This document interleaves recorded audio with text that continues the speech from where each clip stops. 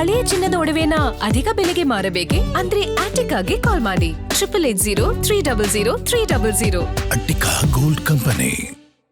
ಕಾಂಗ್ರೆಸ್ನಲ್ಲಿ ಜಮೀರ್ ಅಹಮದ್ ಸ್ಥಾನ ಮಿಸ್ ಆಗುತ್ತಾ? ಅದು ಯಾಕೋ ಜಮೀರ್ ಅಹಮದ್ ಹಣೆ ಬರಹನೇ ಸರಿ ಇಲ್ಲ ಅಂತ ಅನಿಸುತ್ತೆ.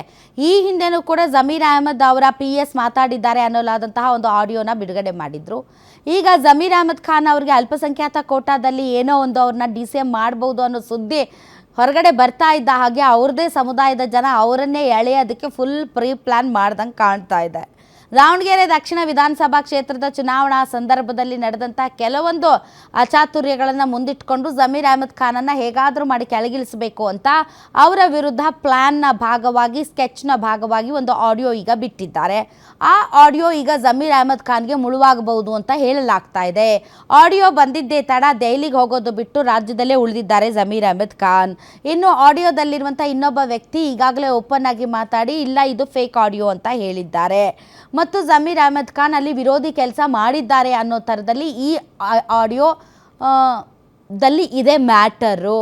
ಸೊ ಪಕ್ಷದ ಅಧಿಕೃತ ಅಭ್ಯರ್ಥಿಯನ್ನು ಬಿಟ್ಟು ಬೇರೆಯವರಿಗೆ ಮತ ಹಾಕುವ ರೀತಿಯಲ್ಲಿ ಈ ಒಂದು ಆಡಿಯೋ ಇರುವುದರಿಂದ ಸಚಿವ ಸಂಪುಟ ರಚನೆ ಆಗ್ತಾ ಇರುವಂಥ ಈ ಸಂದರ್ಭದಲ್ಲಿ ಈ audio most probably Zameer Ahmed ಖಾನ್ಗೆ ಕಂಟಕ ಆಗುವಂಥ ಸಾಧ್ಯತೆ ಇದೆ ಅಂತ ಹೇಳಲಾಗ್ತಾ ಇದೆ.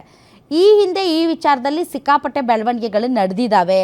ಆಗಲೂ ಕೂಡ ಜಮೀರ್ ವಿರುದ್ಧ ಯಾವುದೇ ರೀತಿಯಂಥ ಕ್ರಮವನ್ನು ತೆಗೆದುಕೊಂಡಿಲ್ಲ. ಬಟ್ ಈಗ ಅದೇ ವಿಚಾರ ಇಟ್ಕೊಂಡು ಕ್ರಮ ಜರುಗುತ್ತಾ ಅನ್ನೋದು ಕೂಡ ಕ್ವೆಶ್ಚನ್ ಮಾರ್ಕ್ ಇದೆ. ಇದಕ್ಕೆ ಸಂಬಂಧಪಟ್ಟಂಥ ಒಂದು ಬ್ರೇಕಿಂಗ್ ಇದೆ, ಬನ್ನಿ ನೋಡೋಣ.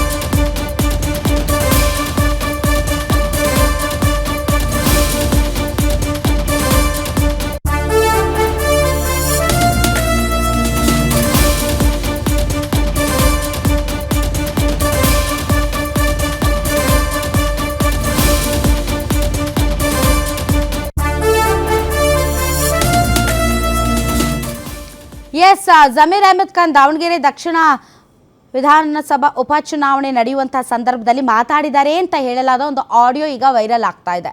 ಆ ಆಡಿಯೋದಲ್ಲಿ ಅವರು ಪಕ್ಷದ ಅಧಿಕೃತ ಅಭ್ಯರ್ಥಿಯ ವಿರುದ್ಧನೇ ಭಾಳಷ್ಟು ಮಾತುಗಳನ್ನು ಆಡಿದ್ದಾರೆ, ಅವ್ರನ್ನ ಸೋಲಿಸೋದಕ್ಕೆ ಪ್ಲ್ಯಾನ್ ಮಾಡಿದ್ದಾರೆ ಅನ್ನೋದು ಆಡಿಯೋ. ಯಾಕೆ ಈ ಆಡಿಯೋ ಇವಾಗ ಇಷ್ಟು ವೈರಲ್ ಆಗ್ತಾ ಇದೆ ಅಂದರೆ ಸಚಿವ ಸಂಪುಟ ರಚನೆ ಆಗ್ತಾ ಇದೆ. ಅಲ್ಪಸಂಖ್ಯಾತ ಭಾಳಷ್ಟು ನಾಯಕರುಗಳು ಈಗ ಸಚಿವ ಸಂಪುಟಕ್ಕೆ ಸೇರಬೇಕು ಅಂತ ಕಾಯ್ತಾ ಇದ್ದಾರೆ. ಅದರಲ್ಲೂ ಅಲ್ಪಸಂಖ್ಯಾತರಿಗೆ ಒಂದು DCM ಕೊಡ್ಬೋದಾ ಅನ್ನೋ ಮಟ್ಟಕ್ಕೆ ಹೈಕಮಾಂಡ್ನಲ್ಲಿ ಚರ್ಚೆ ನಡೀತಾ ಇದೆ. ಜಮೀರ್ ಅಹಮದ್ ಖಾನ್ ಈಗ ತುಂಬ ಫ್ರಂಟ್ ಲೈನ್ನಲ್ಲಿರುವಂತಹ ಲೀಡರ್ ಮತ್ತು ಆಲ್ಮೋಸ್ಟ್ ಆಲ್ ಅವರ ಹೆಸರು ತುಂಬ ಓಡಾಡ್ತಾ ಇದೆ.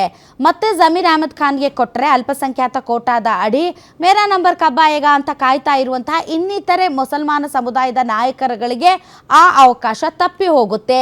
ಹೀಗಾಗಿ ಈ ಸಂದರ್ಭದಲ್ಲಿ ಆ ಆಡಿಯೋನ ರಿಲೀಸ್ ಮಾಡಿ ಇವರು ಪಕ್ಷ ವಿರೋಧಿ ಚಟುವಟಿಕೆಯನ್ನು ನಡೆಸಿದ್ದಾರೆ ಅಂತ ಮುಂದವರಿಗೆ ಸಿಗಬೇಕಾದಂಥ ಸ್ಥಾನಮಾನಗಳಿಗೆ ಕತ್ತರಿ ಹಾಕೋದಕ್ಕೆ ಅವರದೇ ಸಮುದಾಯದವರು ಪ್ಲ್ಯಾನ್ ಮಾಡ್ತಾ ಇದ್ದಾರೆ.